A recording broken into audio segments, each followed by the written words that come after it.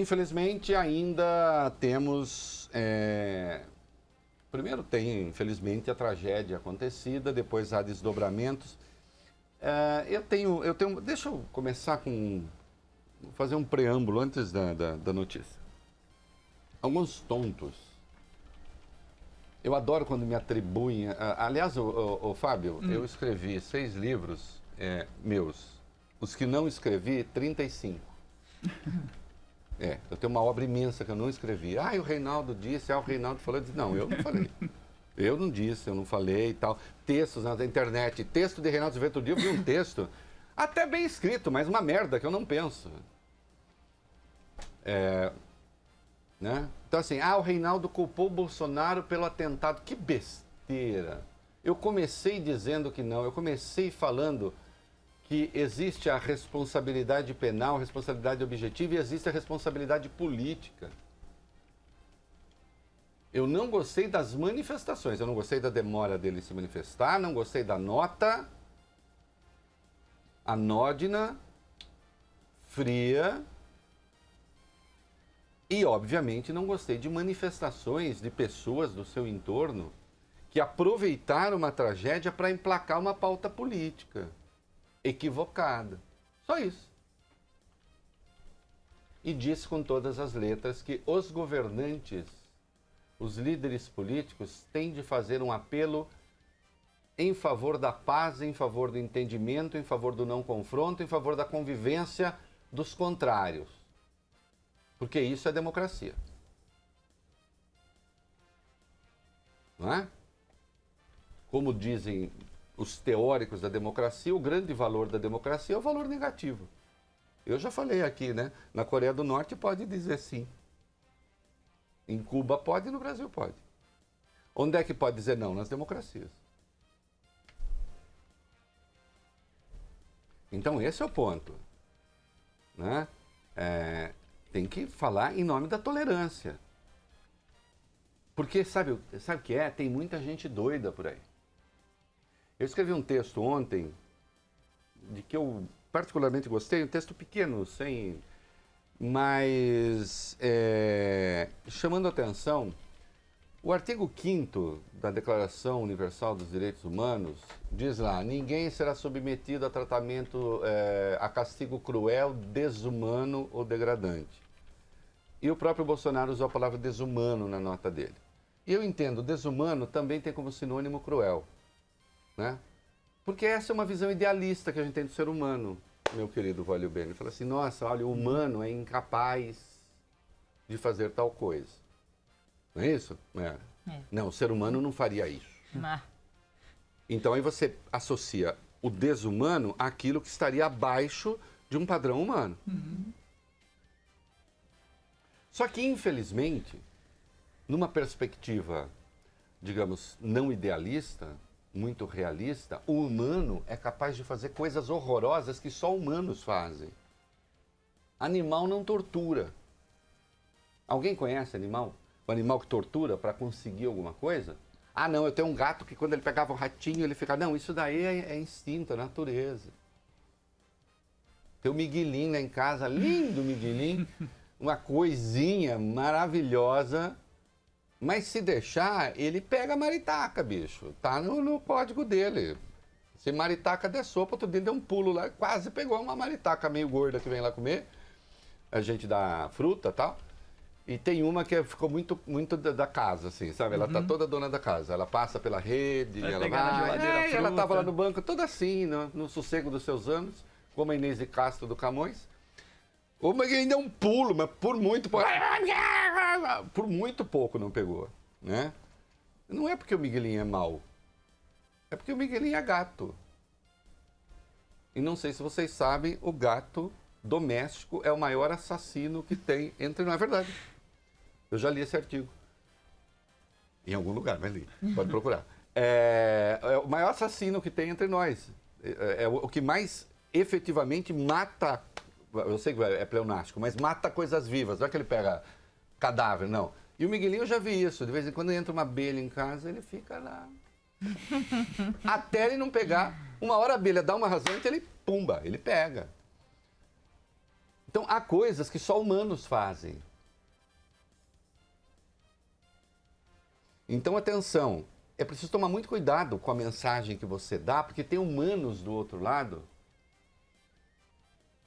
que não têm os valores muito ajustados ou que têm mesmo psicopatias, desajustes,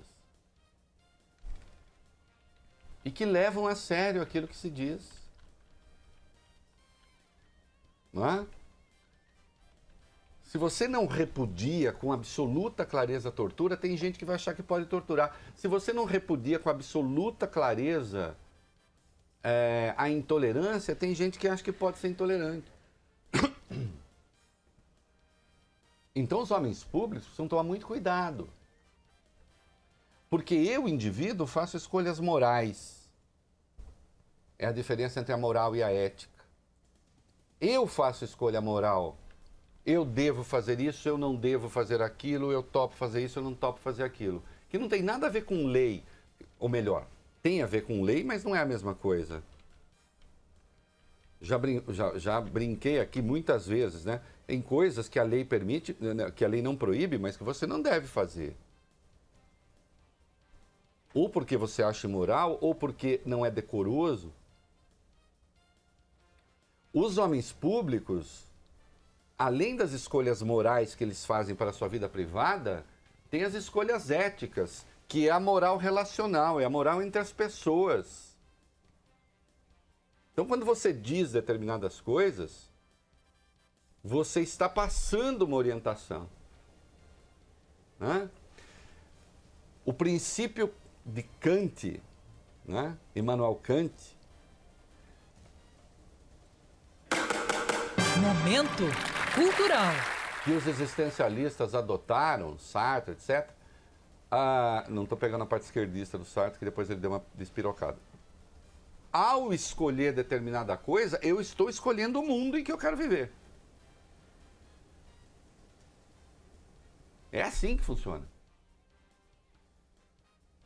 Ao escolher determinada coisa, eu estou escolhendo o mundo que eu quero viver. Você está na estrada, o sujeito toma um negócio e joga o copinho no coisa, ele está dizendo todo mundo pode jogar copinho. E o mundo será melhor se todo mundo jogar copinho de plástico na estrada. O cara anda no acostamento sem poder, ele está dizendo todo mundo deve e pode andar no acostamento, porque o mundo ficará melhor se todo mundo andar no acostamento.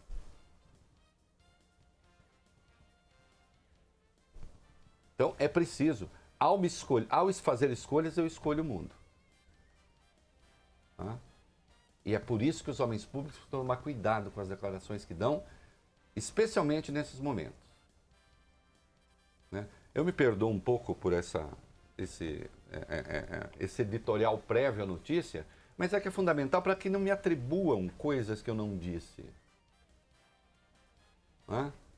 Porque o Reinaldo disse. Não disse. O que eu disse é isso que eu estou dizendo aqui, eu disse. Vamos lá. Reinaldo, o presidente da Câmara, Rodrigo Maia, nega qualquer possibilidade de discutir qualquer projeto para armar os professores. Depois do ataque que deixou 10 pessoas mortas em Suzano, na Grande São Paulo, Maia falou sobre o assunto e disse que a segurança pública não é responsabilidade do cidadão. O que eu espero é que alguns não comecem a dizer que se os professores tivessem armado, teria resolvido o problema. Eu espero que as pessoas pensem um pouquinho, primeiro, nas vítimas dessa tragédia e que depois compreendam que o monopólio da segurança pública é do Estado, não é responsabilidade do cidadão. Se o Estado não está dando segurança à sociedade, é responsabilidade dos gestores públicos na área de segurança pública.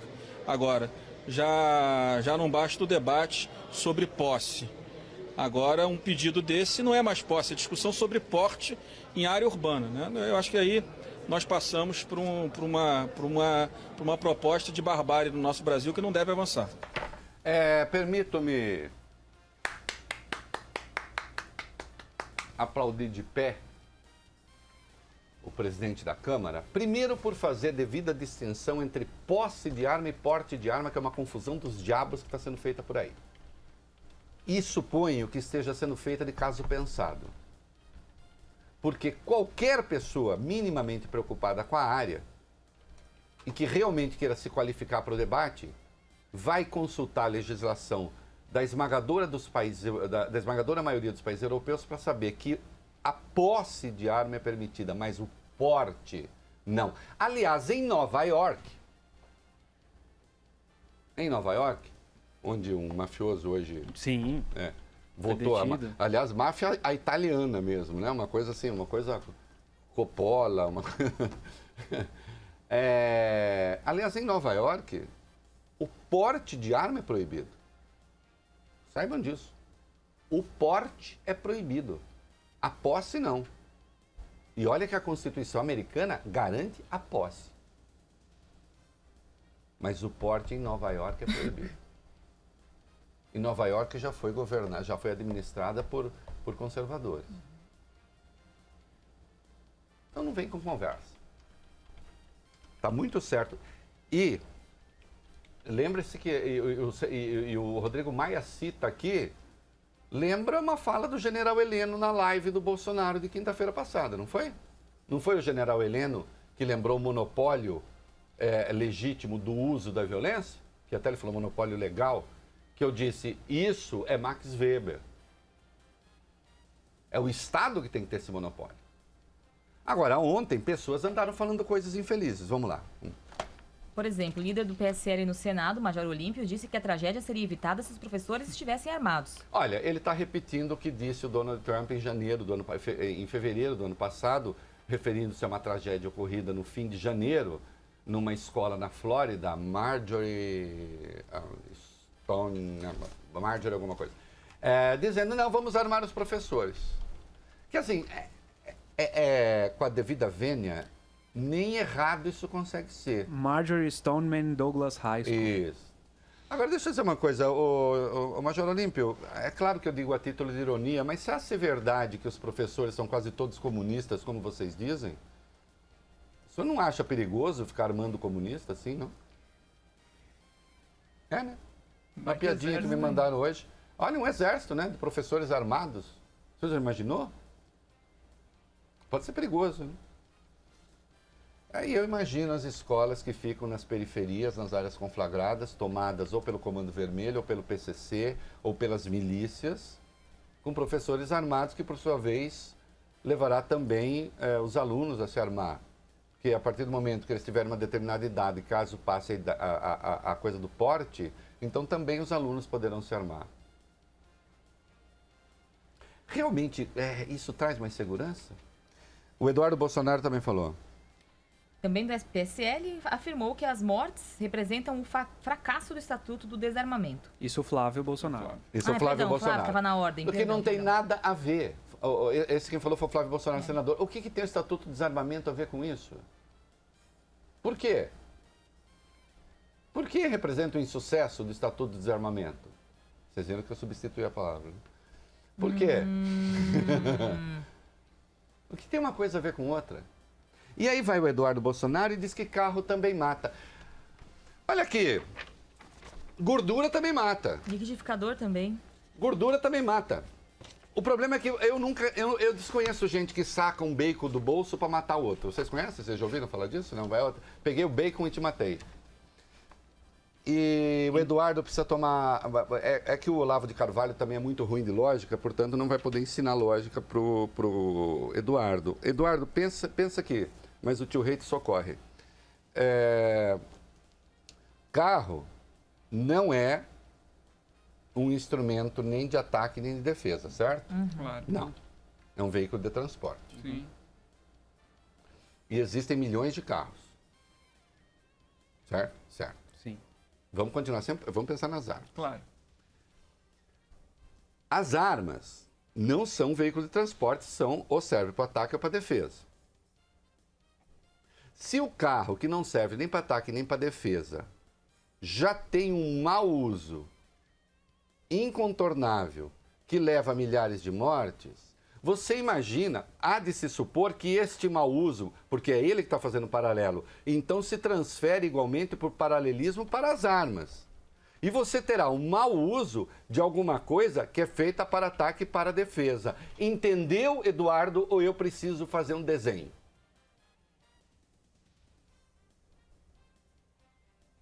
Esse é o argumento que eu adorava desmontar dos defensores da legalização da maconha. Eu, por exemplo, sou contra, mas não é nada moral. Eu só acho que vai dar uma confusão dos diabos, porque o Brasil seria o único país a fazer isso, cercado por outros países que produzem, inclusive a droga, que não fariam. Então a gente viraria um entreposto de droga, só por isso. Se o cara quer fumar maconha até o orifício fazer bico, ele que fume. O problema não é esse. O problema é que nós teríamos um caso de segurança pública muito complicado. Agora, de qualquer modo, eu acho engraçado quando as pessoas... Agora, atenção para esse argumento. Ah, cigarro pode, maconha não. Mas vocês não dizem que cigarro mata, que cigarro dá câncer, que cigarro é fonte de... Logo, a maconha, ao ser legalizada, provocaria o mesmo mal. Você não pede uma mudança de legislação em benefício de um determinado produto e de um determinado instrumento, alegando os malefícios que outro causa. Ah, mas por que o álcool pode? Mas o álcool é um flagelo. Já é um flagelo. A questão é se você quer o mal adicional também nessa área da maconha. Esse é um raciocínio primitivo, ruim. Viu? Justamente, Eduardo, porque carros são mal usados e matam. Atenção, é que as armas, é que não pode ter o porte de arma. Justamente por isso. O raciocínio é outro, amigão. Amigão é um jeito de dizer, né? Que a gente não é amigo. O raciocínio é outro. Se até o carro que não foi feito para o ataque ou para a defesa, mas só para meio de transporte, vira um instrumento de morte, o que dizer daquilo que essencialmente já traz em si a ideia da eliminação do outro? Entendeu, Eduardo? Esse é um raciocínio com mais de 13 anos. Não, 13 não, porque 13 já tem gente muito boa. Com 13 o Mozart já tinha feito coisas fabulosas. Esse é um raciocínio com gente de mais de 9 anos. Com todo o respeito aos brasileiros, ter 9 anos. Dória, indenizações. O governador de São Paulo anuncia o pagamento de R$100 mil para cada família das vítimas dos atiradores da escola de Suzano. De acordo com o governador, esses valores serão pagos em até um mês. Porém, caso optem por receber o dinheiro, as famílias vão ter que assinar um documento se comprometendo a não entrar na justiça pedindo indenizações. Isso decorre do fato de que você tem uma legislação que ampara essas famílias, porque afinal de contas essas pessoas estavam em órgãos públicos que deveriam, em tese, contar com a segurança do Estado. Né? Secretário de Educação. O secretário estadual, Reinaldo de Educação de São Paulo, Rocieli Soares, afirma que vai revisar todos os protocolos de segurança das escolas paulistas. As atividades em Suzano nos colégios da rede estadual e municipal foram suspensas até a próxima segunda-feira. De acordo com o ex-ministro da Educação, está em estudo um projeto para reforçar a segurança nas unidades mais vulneráveis. Em entrevista hoje de manhã ao jornal Estado de São Paulo, o secretário afirmou que não acha que mais armas vão resolver os problemas de violência nas escolas e que considera que isso poderia provocar reações indesejadas. Del Gratia, um pouco de sanidade nessa história toda. Não é? Um pouco de sanidade. Porque isso nada... Estatuto do menor, da criança e do adolescente, negócio de... Não, a rever a maioridade penal. O que a maioridade penal tem a ver com esse caso? O rapaz morreu, inclusive. Se matou. Não é? Por que não colocar o debate da maioridade penal nos justos termos? Eu já disse aqui... essa turma que está querendo a maioridade penal aos 16 anos, isso é atraso, mas não porque eu quero aos 18. É porque não tem de ter nenhuma idade. Tem de manter a maioridade penal aos 18. E abaixo disso, ver a responsabilidade do menor, qual foi, e decidir o tempo de internação. Que, a meu ver, tem de ser de até 8 anos, a depender da idade. Mas em unidade específica. É claro que o estatuto do menor do adolescente dos 3 anos, porque se esse rapaz sobrevive, esse assassino, ele ia ficar 3 anos internado. Com 20 estaria na rua e a sua ficha nem constaria o que aconteceu. para manter o tal do Champinha afastado da sociedade e se considera que não tem como ele... Foi uma trabalheira desgraçada do governo Serra. Hã? Então, isso tem que ser revisto, sim. Mas não com essa coisa que estão falando por aí. É preciso olhar a coisa com inteligência. Com inteligência. Olhar o que se faz nos outros países. Inclusive países conservadores. Né? E outra coisa que precisa parar, cada vez que acontece uma tragédia, eu chamo a legislação da tragédia. Agora, aconteceu uma tragédia, vamos fazer uma legislação específica para a tragédia. A legislação para a tragédia costuma mais causar problema do que solução. Não é? Não é assim. Rapidamente, as notinhas que a gente tem aí e vamos conversar. O ministro da Educação, Ricardo Vélez Rodrigues, participa do velório em Suzano, isso no acho que do Estadão. fez bem o governo vir. Numa situação como essa, acho que o próprio presidente da República poderia estar presente. Né? Mas, enfim, não está. Veio Vélez enquanto está no cargo, né? Porque até onde eu compreendo, me parece que está com o pé fora. A Escola Estadual Raul Brasil, onde aconteceu essa tragédia, esse massacre, terá atividades de apoio psicológico aos sobreviventes. Absolutamente necessário, sim. Acho que é importante. As crianças devem estar assustadas, é preciso conversar com elas. E atenção, vou chamar atenção de novo.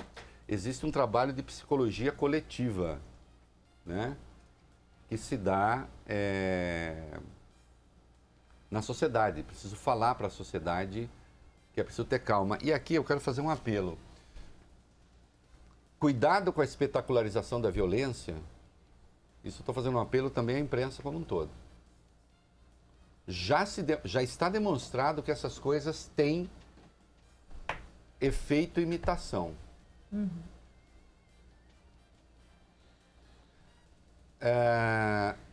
A cada vez que a foto... Eu sei que é difícil.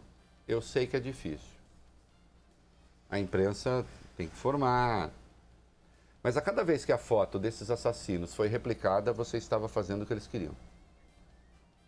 Que é a assinatura. Sim. Eu no meu blog, no meu pequeno blog, não é tão pequeno, né, gente? Agora é tão grande. Mas eu no meu blog não publiquei a imagem deles. A minha pequena contribuição foi não publicar. E quando esse programa tiver imagem, gerando imagem e tal, não sei o quê, não vai sair. No meu programa, não. Eu sei, temos que informar. Porque o que essa gente quer é assinar o negócio. E é por isso que a imprensa não dá suicídio, porque já está demonstrado também que o suicídio também tem efeito imitação. A questão do suicídio está resolvida. A questão do sequestro está resolvida. A imprensa também não dá sequestro porque você está fazendo a vontade do sequestrador. Nessas questões,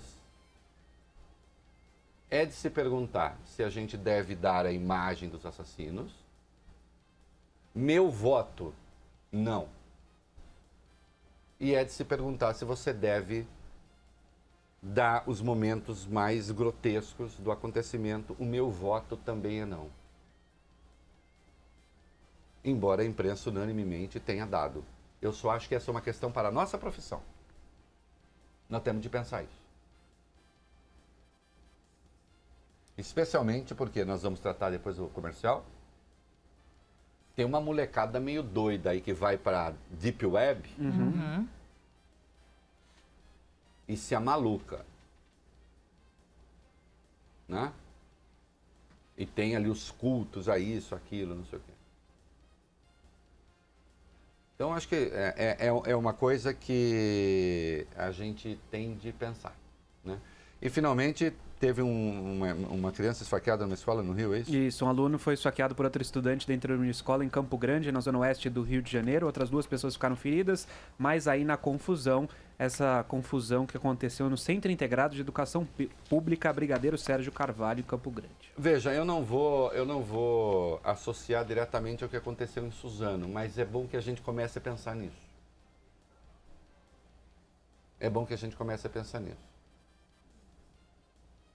esses assassinos em série, a psicologia dos assassinos em série, o seu prazer final é assinar a sua obra, que são os mortos.